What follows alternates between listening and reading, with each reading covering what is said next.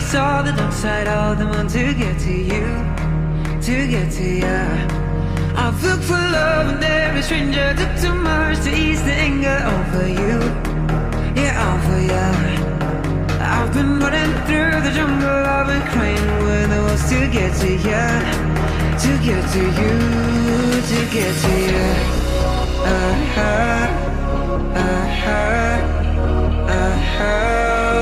To get to you.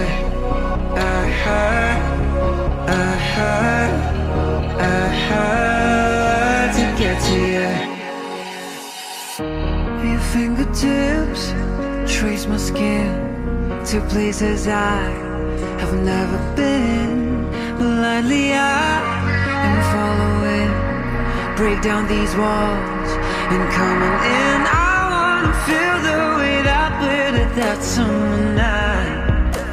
The night drunk on a feeling alone with the stars in the sky. I've been running through the jungle, I've been running with the wolves to get to you, to get to you. I've been down the darkest alley, saw the dark side of the moon to get to you, to get to you. I've looked for love and every stranger took too much to ease the anger over you, yeah, over you. I've been running through the jungle, I've been crying with the wolves to get to you, to get to you, to get to you.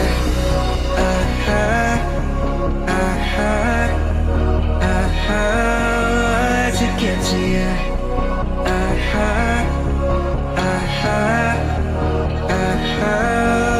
To get to you.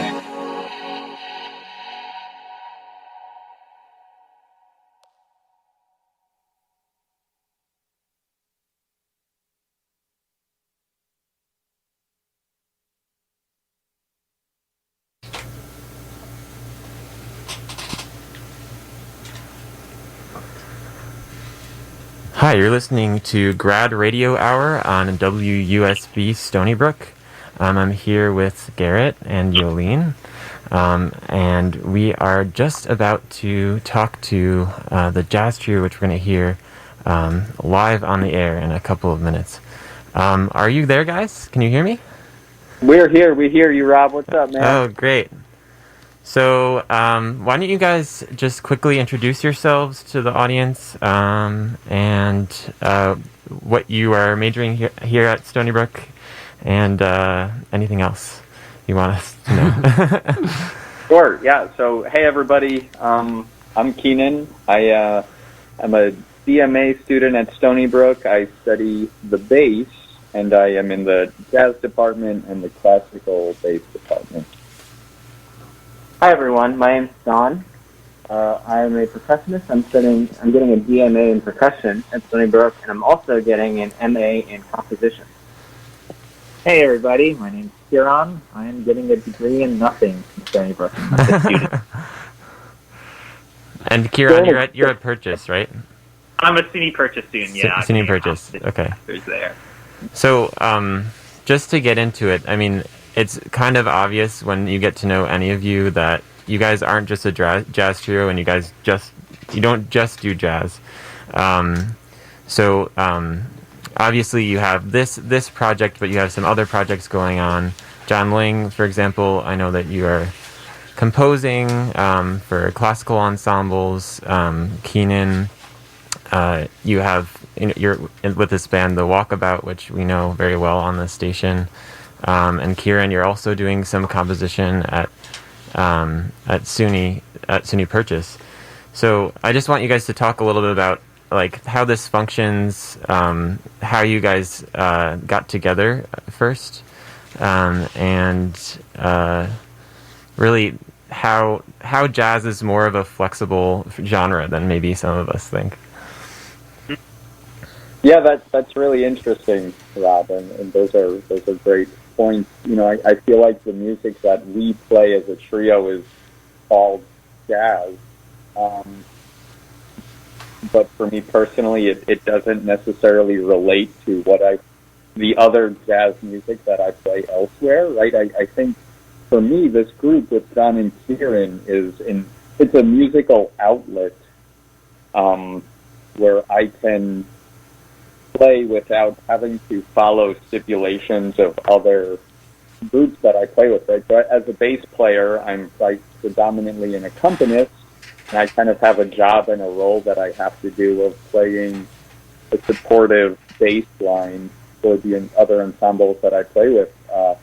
But such really is not the case with John and Kieran. We almost kind of make a point of it that each of us doesn't have to play a role, and that the music that we play is reflective of the moment, and it's reflective of us personally, how we feel. And sometimes that might even be protest against the confines of what we usually do on our instruments. Great. Wait, John, yeah, you want to say something? Yeah, just about how our trio formed. So there's a jazz club in Stony Brook called the Jazz Loft. Oh yeah. Stony Brook Village, and there's this weekly jam session there. I mean, not anymore during the pandemic, but there's always been a weekly jam session that Keenan for a while has been running.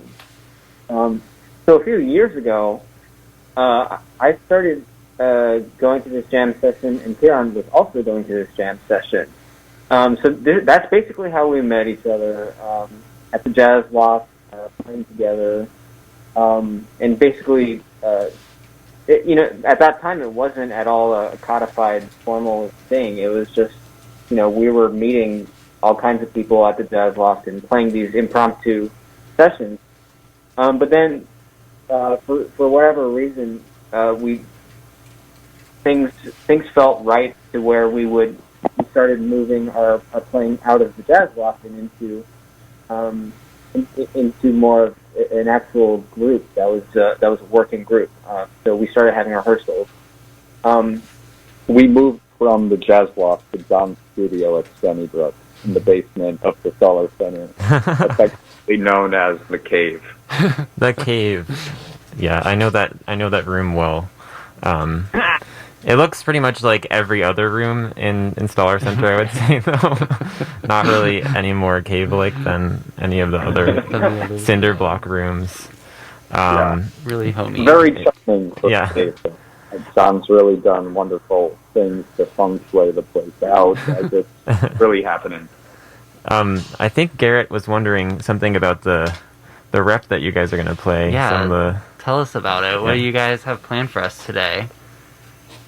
We are going to play a set of original compositions and a few world premieres, even. Wow. Oh my gosh, yeah, we are honored. So as an ensemble, we've always really tried to play original music. Part of us getting together in John's studio was with the idea of exploring our own creative tastes and our own original compositions. So today you'll be hearing two of my original compositions. One is called Dance Tune for Ray, and the other is Tune in G. That one is sort of a fitting title.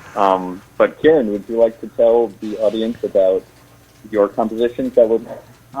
Equally strangely named, we have a piece called iPhone, but it's spelled with an A in the front. So it's like a iPhone. Okay, nice. Love it. Totally not a societal commentary or anything. Then we've got another piece called Party in the Library, and that's brand new. Ooh. Great.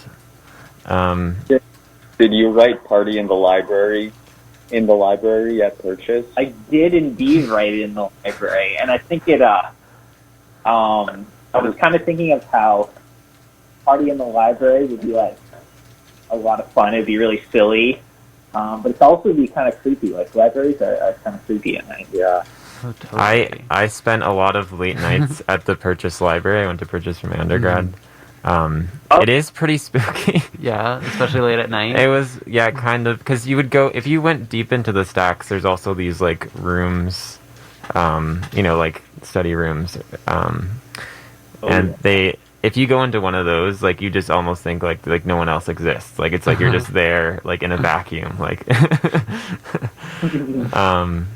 Yeah, that's great. I'm glad that the Purchase Library is inspiring more art.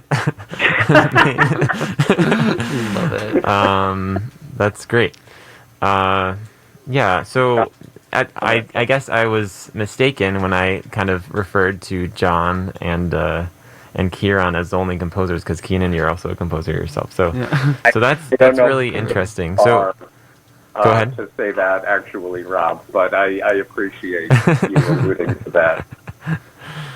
I think I struggle with this too, because I write some music myself too, and I'm like, am I a composer? Do I really deserve that? But I think if You're you all have, composers. if you're getting your music played on the radio, for example, I think that you've kind of earned it. Absolutely. Hey, that's cool. That's cool. I mean, John and Kieran study composition, and I That's really true. respect, admire that, and aspire to maybe do that myself. Mhm. I do hold them in especially high regard, but without selling myself short. Like, yeah, I compose. Yeah. Totally do. Well, it's awesome that you guys have this group where you can, kind of explore and experiment with these things in, I guess, a safe space where you don't necessarily have to feel judgment. I think that's that's really awesome, especially now to kind of have this creative outlet is probably so important for you guys. Oh, absolutely. Although we haven't gotten to play a whole lot because of Yes. like folks and stuff.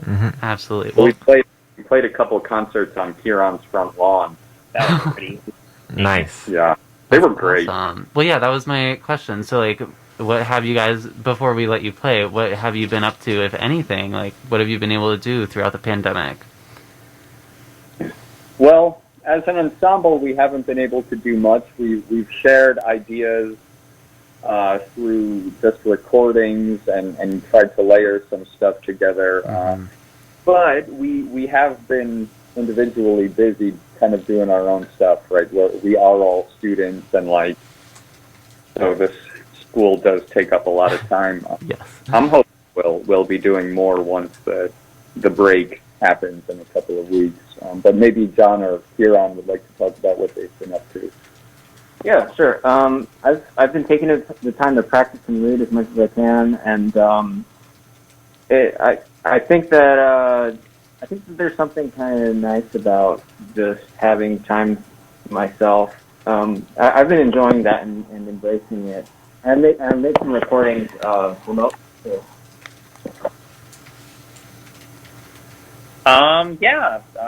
Also done a couple of remote recordings, lots of writing, lots of listening too. Something that often gets pushed to the side, especially as a music student, but needs a lot of attention. But really excited to be playing with these guys, because this used to be like a weekly or bi-weekly or tri-weekly affair. So Definitely. Well, that's awesome. It sounds like you guys have definitely been able to keep busy in some sense, and it sounds like you're still moving forward, which I think is, amazing given the circumstances. So now I guess we will let you guys play, and if you just want to kind of tell us a little bit about each piece, or just introduce it in some way, that would be awesome. Yeah, great. Sure. We're gonna go right to that after a couple announcements, so you guys can get all set up, and we'll be back with some live music from, where are you guys? You're in Coram? We're in Coram. All right, live from Coram. This is very exciting. This is part of our WUSB live series, and it's also on the Grad Radio Hour. We're planning on doing a lot more of these, so this is our first time. We're very excited. First of many. Yeah, first of many, hopefully. We'll do some announcements, and we'll be back with some music. Thanks so much, guys. All right.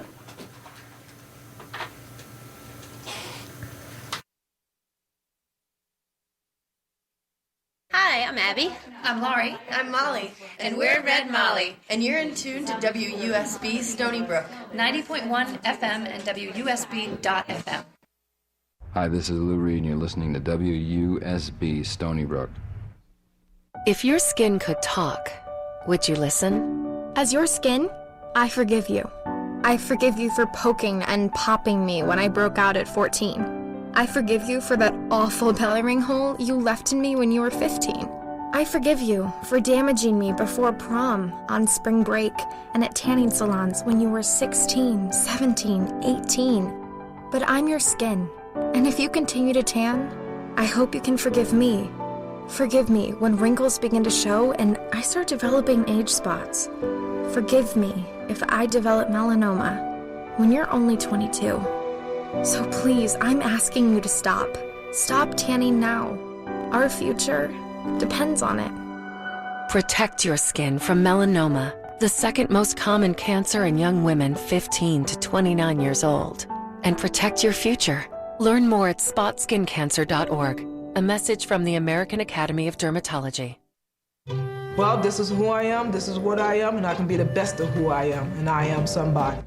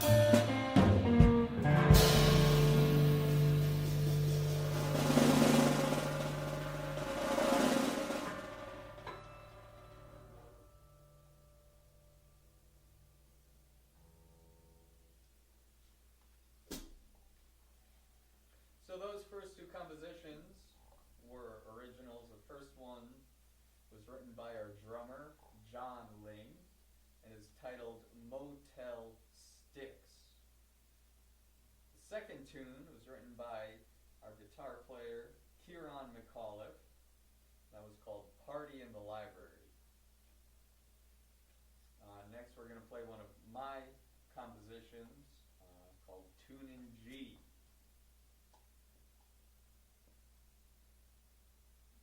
Val?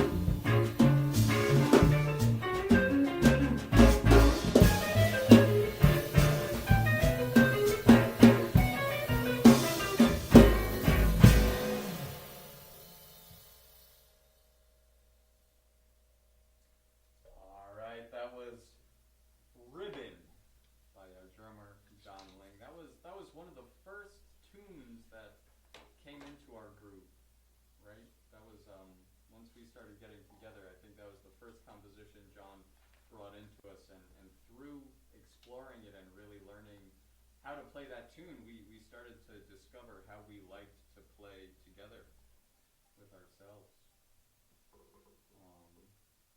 So this next tune is one of my compositions, and this is called Dance Tune for Ray. I wrote this for my beloved teacher, Ray Anderson.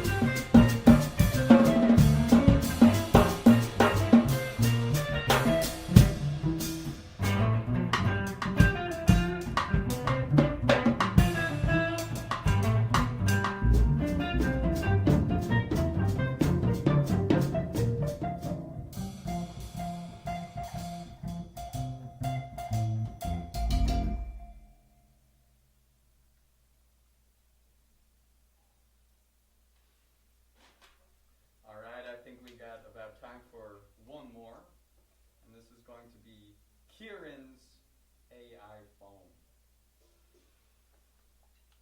Unless I want to play some